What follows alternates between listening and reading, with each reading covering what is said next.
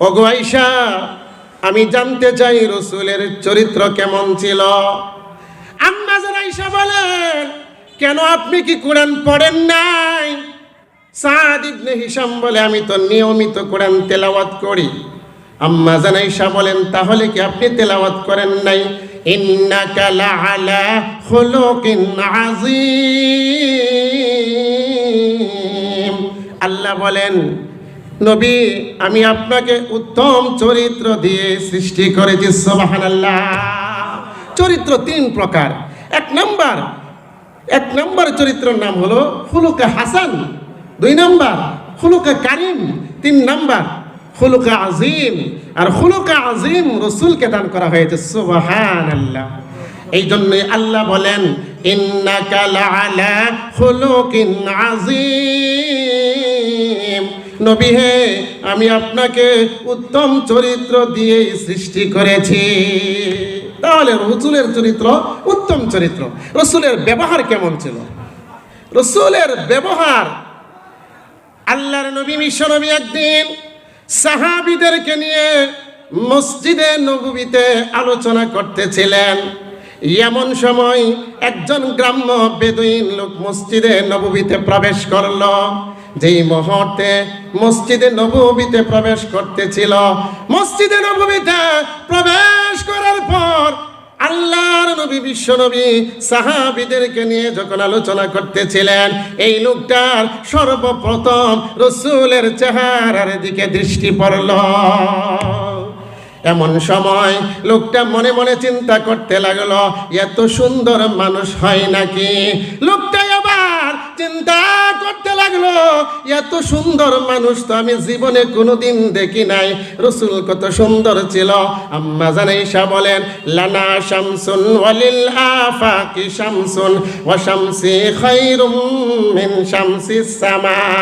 আম্মা জান আয়েশা বলেন, জগতের জন্য একটা সূর্য আছে, আমার ঘরে আমার জন্য একটা সূর্য আছে, কিন্তু জগতের মানুষ শুনিয়া রাখো, জগতের সূর্য থেকে আমার সূর্য হলো উত্তম। সুবহানাল্লাহ। শুধু তা নয়, আম্মা জান আয়েশা বলেন, ওয়া শামসি তাতলু বাদাল ফাজরি ওয়া শামসি তাতলু বাদাল ইশাই। আম্মা জান আয়েশা বলেন, জগতের সূর্য উদয় হয় ফজরের নামাজের পর, আমার ঘরে আমার সূর্য উদয় হয় এশা নামাজের পর। কন্যা সুবহানাল্লাহ। আমি বলতেছিলাম, এই বেদুইন লোকটা যখন রাসূলের চেহারার দিকে দৃষ্টি গেল, এমন সময় এই লোকটা রাসূলের মজলিসে বসে গেল। আল্লাহর নবী যখন সাহাবীদেরকে ওয়াজ নসিহত করতেছিলেন, উপদেশ দিতেছিলেন, চমক চমক কথাগুলা বলতেছিলেন, এমন সময় লোকটা রাসূলের কথা শুনিয়া সে আকৃষ্ট হয়ে গেল। সে ওই মজলিসের মধ্যে বসে গেল। দীর্ঘক্ষণ বসে থাকলে দেখবেন পেশাবের বেগ হয়, ঠিক কিনা? এই লোকটা দীর্ঘক্ষণ বসে থাকার পর তার প্রস্রাবের বেগ হলো। এমন সময় লোকটা মসজিদে নববীর এক পাশে গিয়ে প্রস্রাব করতে শুরু কইরা দিল। তখনও তো মসজিদে নববী পাকা হয় নাই, কাঁচা। এই লোকটা যখন প্রস্রাব করতে শুরু কইরা দিল, আমি আপনাদের কাছে জানতে চাই, যদি কোনো একটা বুঝমান জ্ঞানী মানুষ যদি মসজিদের মধ্যে প্রস্রাব করে, আপনারা কি করবেন? অবশ্যই তাকে শাসাবেন, অবশ্যই তাকে ধমকাবেন, ঠিক কিনা? ঠিক তেমনি ভাবে লোকটা যখন প্রস্রাব করতে শুরু কইরা দিল, সাহাবায়ে কেরাম তাকে ধমকাইতে শুরু করলো। আল্লাহর নবী বলেন, সাহাবীরা রে, তোমরা তাকে ধমকাইও না, তাকে তোমরা তার কাজ সারতে দাও। লোকটা যখন প্রস্রাব শেষ করলো, আল্লাহর নবী বলেন, সাহাবীরা রে, তোমরা পানির ব্যবস্থা করো। সাহাবায়ে কেরাম পানির ব্যবস্থা করলো। এমন সময় আল্লাহর নবী নিজের হাতে ওই বেদুইন লোকটার প্রস্রাবের মধ্যে পানি ঢালতে লাগলো। লোকটা তো আরো আকৃষ্ট হইতে লাগলো। এবার লোকটা বাড়ির দিকে রওনা হয়ে যাবে। আল্লাহর নবী বিশ্ব নবী এই লোকটাকে ডাক দিয়ে বলে, চাচা, আপনার পায়ে দেখছি জুতা নাই, স্যান্ডেল নাই, আপনি প্রচন্ড গরমের মধ্যে যাবেন কিভাবে? আল্লাহর নবী নবী বিশ্ব নবী এক জোড় স্যান্ডেলের ব্যবস্থা করে দিল। এবার লোকটা বাড়ির দিকে রওনা হয়ে যাবে। আল্লাহর নবী আবার তাকে ডাক দিল, দিয়ে বলতে লাগলো, চাচা আপনি এত দূরে বাড়ি, আপনি যাবেন কিভাবে? আপনার কি কোনো সোয়ারি আছে? লোকটা বলতে লাগলো, না না, আমার তো কোনো সোয়ারির ব্যবস্থা নাই। আল্লাহর নবী বিশ্ব নবী লোকটার জন্য সোয়ারির ব্যবস্থা করে দিল। লোকটাই আবার বাড়ির দিকে রওনা হয়ে গেল। বাড়িতে পৌঁছে গেল। পরের দিন সকালবেলা তার জাতির লোকদেরকে ডাকিয়া একত্রিত করলো। বলতে লাগলো, জাতির লোকেরা, আমি তো গতকালকে মদিনায় গিয়েছিলাম, মুসলমানদের একটা উপাসনালয়ের মধ্যে আমি প্রবেশ করেছিলাম। গিয়ে দেখি একটা লোক কিছু মানুষদেরকে নসিহত করতেছিল। আমি তার মজলিসে বসে গেলাম। এমন সময় আমার প্রস্রাবের বেগ হলো। আমি প্রস্রাব করতে শুরু করে দিলাম। তার সাথী সঙ্গীরা আমাকে ধমকাইতে লাগলো। সে তাদেরকে থামাইয়া দিল।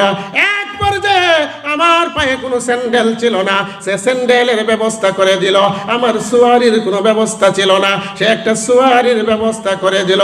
ও আমার জাতির লোকেরা, আমার মন বলতেছে, এত সুন্দর মানুষ, এত সুন্দর ব্যবহারের মানুষ আর কেউ হতে পারে না নবী ছাড়া। সুবহানাল্লাহ।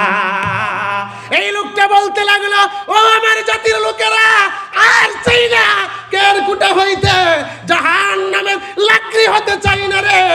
ও আমার জাতির লোকেরা, চলো না, চলো আমরা গিয়ে তার হাতে গিয়ে কালিমা ফইরা মুসলমান হইয়া যাই। সুবহানাল্লাহ। তার জাতির লোকদেরকে নিয়ে রসুলের দরবারে আসলো। রসুলের দরবারে আসিয়া সে রসুলের হাতে কালিমা ফইরা তার জাতিদেরকে নিয়ে কালিমা পড়লো। জাহান্নাম থেকে মুক্তির ব্যবস্থা হয়ে গেল। এই জন্যই লেখক কিতাবের মধ্যে লেখেন, ইনতাশারাল ইসলাম বিল আখলাক লা বিসাইফ। কিতাবের মধ্যে লেখক লিখেন, ইসলাম প্রচার প্রসার হয়েছে চরিত্রের মাধ্যমে, ব্যবহারের মাধ্যমে, তলোয়ারের মাধ্যমে নয়। তাহলে আমাদের ব্যবহার, আমাদের চরিত্র সুন্দর করার দরকার আছে না নাই? এই জন্যই আল্লাহ বলেন, ইন্নাকা লাআলা খুলুকিন আযীম। নবীর চরিত্রের মধ্যে, নবীর চরিত্র হলো উত্তম চরিত্র, নবীর আদর্শ হলো উত্তম আদর্শ। এই জন্যই আল্লাহ বলেন, লাকাদ কানা লাকুম ফি রাসূলিল্লাহি উসওয়াতুন হাসানা। হে আমার বান্দা বান্দি, শুনিয়া রাখো, মুহাম্মাদের চরিত্রের মধ্যে, মুহাম্মাদের আদর্শের মধ্যে উত্তম আদর্শ রয়েছে। তাহলে আমরা রাসূলের সিরাত গ্রহণ করব তো ইনশাআল্লাহ। শুধু মিলাদ শুধু আলোচনার বিষয়, সিরাত জানার বিষয়, মানার বিষয়, আমলের বিষয়। আমরা যেন রাসূলের সিরাতকে মানতে পারি, মরণ পর্যন্ত পালন করতে পারি। আল্লাহ পাক যেন আমাদের সকলের জিন্দেগির মধ্যে এই সিরাত গঠন করার তৌফিক দান করেন। সকলেই বলেন আমিন। হাযা মা ইনদি কুল ইলমু ইনদাল্লাহ আলাইহি তাওয়াক্কালতু ওয়া ইলাইহি উনীব। আসসালামু আলাইকুম ওয়া রাহমাতুল্লাহি ওয়া বারাকাতুহু।